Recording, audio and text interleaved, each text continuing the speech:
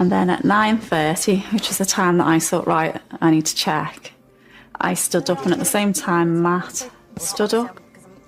No, you stay. Matt and Rachel were actually staying in the apartment next to us, 5B. On the night of May 3rd, 2007, in the quiet coastal town of Praia da Luz, Portugal, the world's attention would be drawn to a mystery that has never been fully resolved.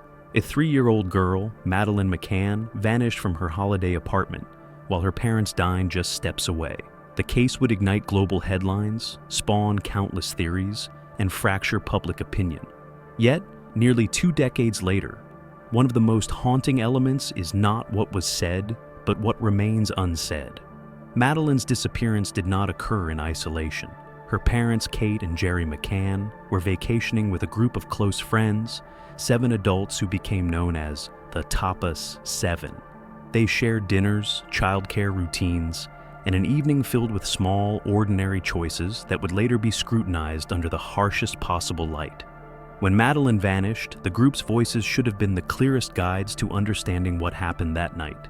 Instead, their collective silence and inconsistencies created more questions than answers. Why did their statements shift? Why do some details contradict one another, while others seem carefully synchronized? Why, for 17 long years, have none of these friends spoken publicly about that night? Was their silence an act of loyalty to one another, a pact formed out of fear, or simply the natural instinct to protect themselves from a storm they could not control? The tragedy of a missing child is devastating enough on its own, but here, layered on top of grief, is a fog of human psychology, group dynamics, memory lapses, fear of blame, and the unspoken pressure to maintain a united front. Investigators, journalists, and the public have all asked the same haunting question. Is the Tapas Seven's silence the key to unlocking the truth, or merely the echo of panic and self-preservation? As we step into this story, we are not just examining the disappearance of a child. We are entering the fragile terrain of human behavior under extreme pressure, where silence can speak louder than words, and where one open sliding door might symbolize the boundary between fact, memory, and fear. This is the story of Madeleine McCann, and the silence that continues to surround her. Every disappearance has a timeline, a series of moments that investigators cling to in order to piece together the truth. In the case of Madeleine McCann, the last confirmed sighting of her outside her immediate family came around 6:30 p.m. on May 3rd, 2007. David Payne, a close friend of the McCanns and one of the Tapas Seven, stated that he stopped by the McCanns' apartment between 6:30 and 6:40 in the evening. According to his account, he saw Kate with the children. Madeleine, he claimed, was alive, well, and ready for bed. On paper, this moment became a cornerstone of the narrative. It anchored the timeline, giving both police and the public reassurance that Madeleine was accounted for shortly before the adults went to dinner. But beyond Payne's words, no independent witness ever confirmed her presence after 6:30. No hotel staff, no neighbors, no passers-by, only the memories of those within the circle. From 6:40 onward, Madeleine's existence in that apartment relied solely on the accounts of the McCanns and their friends. This fragile reliance on a single person's statement carried enormous weight.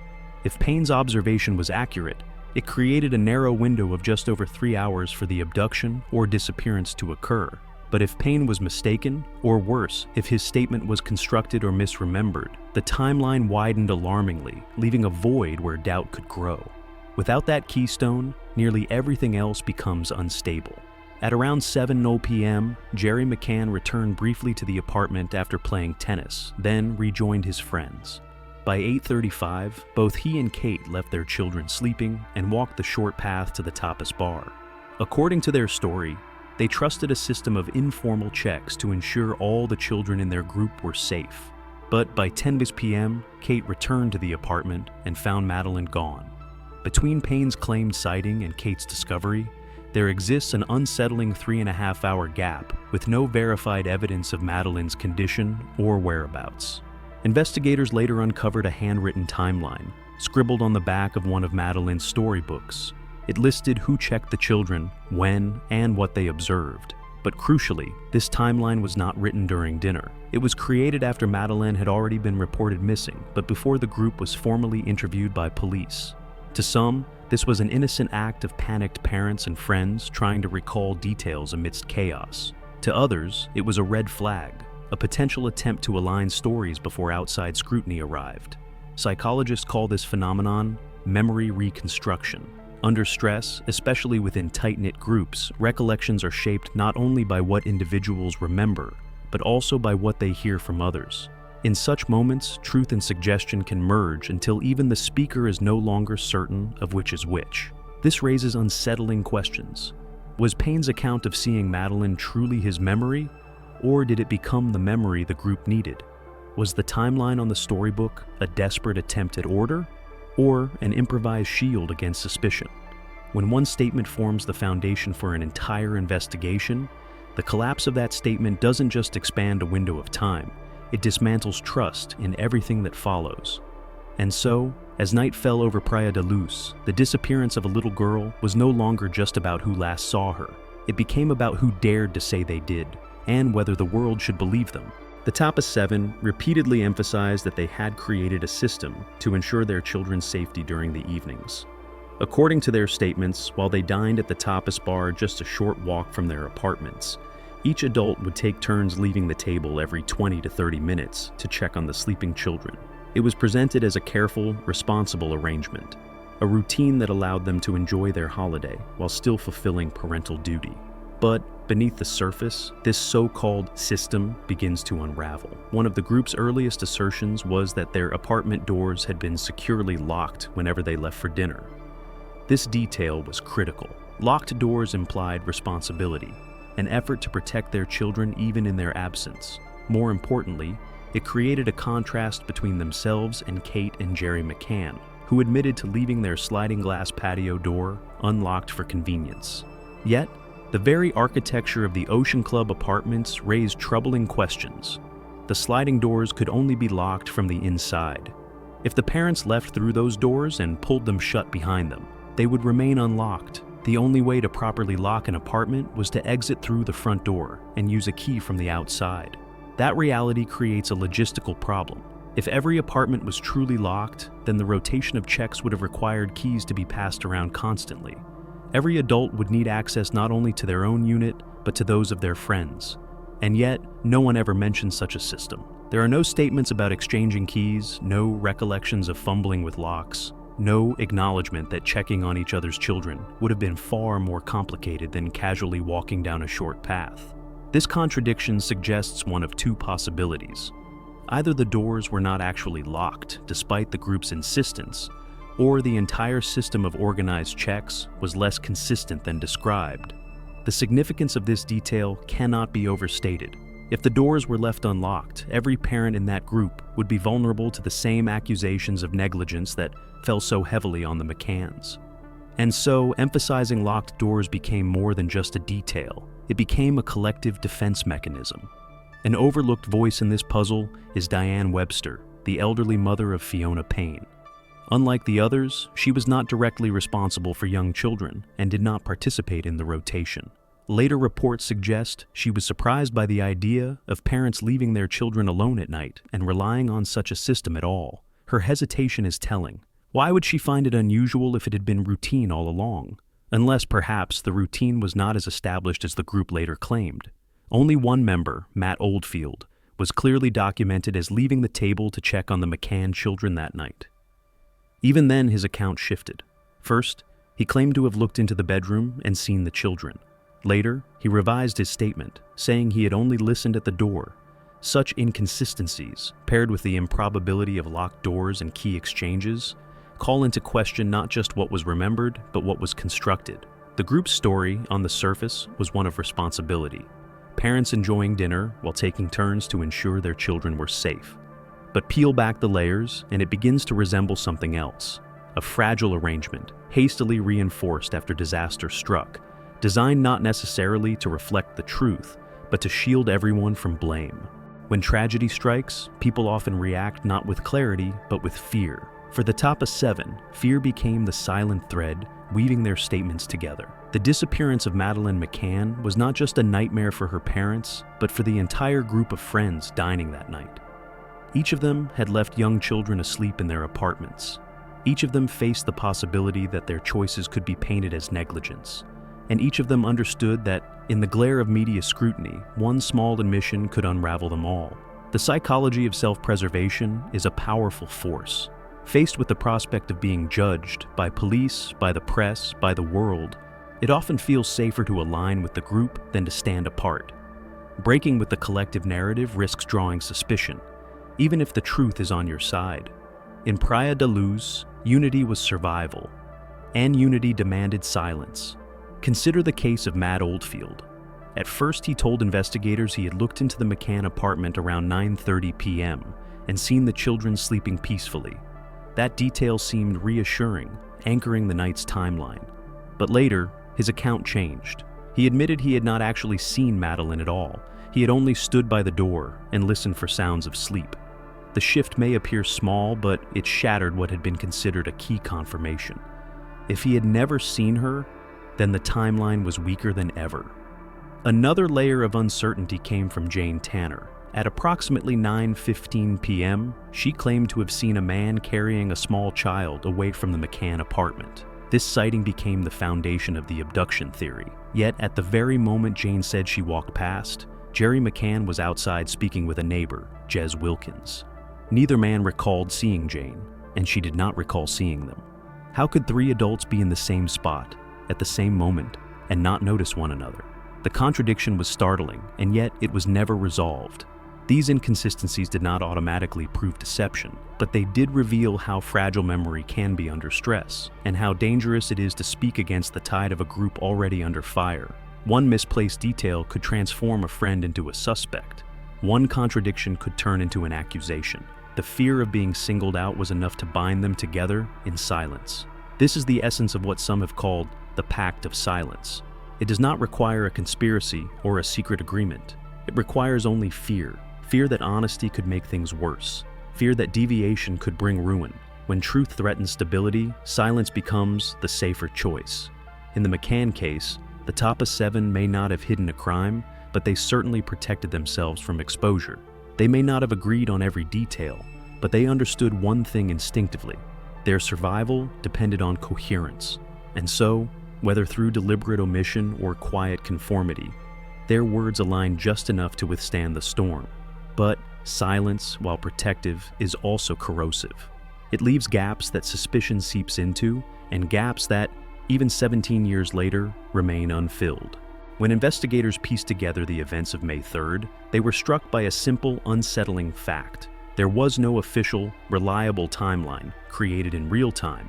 Instead, what surfaced was a handwritten list of checks, end times scribbled on the back of one of Madeleine's own storybooks. This detail alone raises difficult questions. The document was produced after she had already been reported missing, but before the group gave formal statements to police. Was it a desperate attempt to bring order to chaos, or a subtle alignment of stories meant to withstand interrogation? Psychologists describe this phenomenon as memory reconstruction. Memory is not a perfect record of the past. It is fluid, vulnerable to suggestion, and easily reshaped under pressure. In groups, especially when fear and shock are present, this effect multiplies. One person recalls an event a certain way, and others, uncertain of their own recollection, adopt that version as if it were their own. Over time, these merged accounts harden into a single narrative, regardless of whether it reflects the truth. This process is known as memory contamination, and it is critical to understanding the contradictions in the McCann case. The Tapas Seven's memories were further clouded by circumstance. The group had been drinking wine throughout the evening, by some accounts, several bottles over the course of dinner. In an ordinary setting, no one would pay close attention to who left the table, when, or for how long. But once tragedy struck, those casual, blurred recollections became the foundation of a police investigation. What was once unimportant, minute-by-minute movements, conversations at the table, even the direction someone walked, suddenly carried the weight of life and death. The Portuguese police made a crucial mistake in those early hours. Instead of immediately separating the group and interviewing each member individually in their native language, they allowed them to remain together. The chance to capture raw, unfiltered memory was lost. By the time formal statements were taken, The group had already spoken among themselves, even casually, enough to harmonize their recollections. What investigators received was not necessarily false, but it was already shaped by group influence. Consider the shifting testimony of Jane Tanner. Her account of seeing a man carrying a child at 9:15 became a cornerstone of the abduction theory.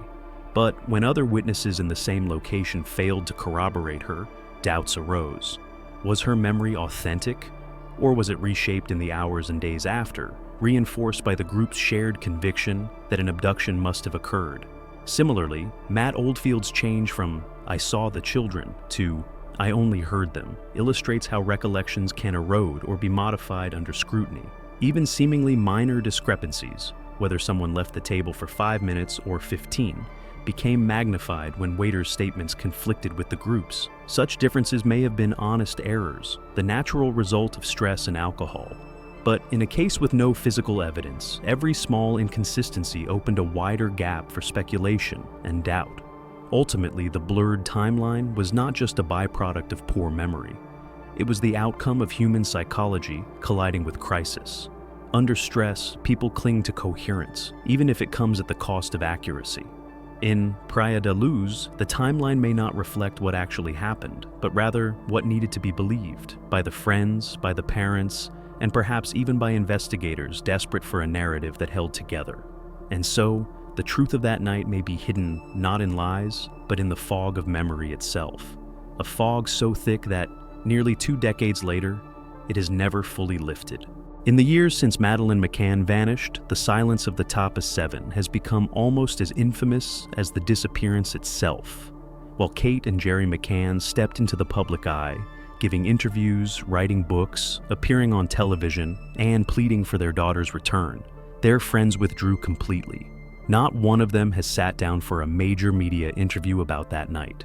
Not one has offered personal testimony outside the controlled environment of police statements. Their absence has become a silence that echoes louder with each passing year. The reasons for that silence may be more practical than sinister. Most members of the Tapas Seven were highly educated professionals, many of them physicians. For people with careers built on reputation and trust, being associated with one of the world's most controversial missing child cases was a risk that could never be fully erased. A single careless word in front of cameras could mean professional ruin. Silence, then, was not only a shield, it was a necessity. Yet the silence also invites suspicion. Some analysts believe it hints at an unspoken pact, not written or formalized, but deeply understood. Do not contradict the group, do not create fractures, do not become the outlier. Early police statements from the group were remarkably aligned, some say too aligned to be organic. The consistency itself became a source of doubt, as if the voices of 7 different people had blurred into one collective script. There were exceptions. Diane Webster, the elderly mother of Fiona Payne, occasionally expressed uncertainty about the so-called rotation of child checks. Her hesitation suggested that the practice may not have been as established as the others later claimed. But even those faint cracks in the story never widened into open dissent. The weight of conformity was simply too strong. For 17 years, that silence has endured. It does not prove guilt, nor does it absolve anyone. What it does reveal is the immense pressure of self-preservation. Whether driven by fear of legal exposure, professional collapse, or the stigma of public suspicion, the Tapas Seven chose to vanish from the narrative they once stood at the center of. In doing so, they left behind an unanswered question that hangs over the case like a shadow. Did they stay quiet because they knew too much, or because they never truly knew anything at all? The disappearance of Madeleine McCann remains one of the most haunting child mysteries of modern times. Yet beyond the question of what happened to her lies a deeper lesson about memory, fear, and the fragile line between truth and survival. On May 3, 2007, a sliding glass door was left unlocked, a child was left alone, and a group of friends tried to balance leisure with responsibility. When tragedy struck, what unfolded was not only the desperate search for a missing girl, but the equally desperate search for a story that could hold together. The timeline that emerged was never built on hard evidence. There were no surveillance cameras, no digital timestamps, no independent witnesses. Instead, the investigation rested on shifting recollections, hurried notes scribbled on the back of a child's book, and statements that changed under scrutiny. In such an environment, truth became a moving target, shaped as much by fear of blame as by actual memory. Silence became the group's strongest weapon and its most enduring legacy. Not necessarily because they conspired to hide a crime, but because speaking might have exposed them to consequences they could not bear. Negligence, professional shame, legal exposure, each possibility loomed large. And so, the Tapas Seven locked arms not through a formal pact, but through the unspoken understanding that unity was safer than honesty. In that silence, suspicion flourished. 17 years on, no confession has been made, no definitive truth revealed. Perhaps only 2 or 3 people from that group of 9 truly know what happened that night. Perhaps the others were caught in the fog of confusion and memory contamination, repeating a story that sounded right rather than one they could swear was true. And perhaps the silence has endured not because of guilt, but because of fear. Fear that breaking it now would cause more harm than good. The unanswered questions still linger. Who really saw Madeleine last? What moments were reconstructed rather than remembered? And will anyone ever step forward with the courage to pierce the silence? Until then, the case of Madeleine McCann is not just the story of a missing child.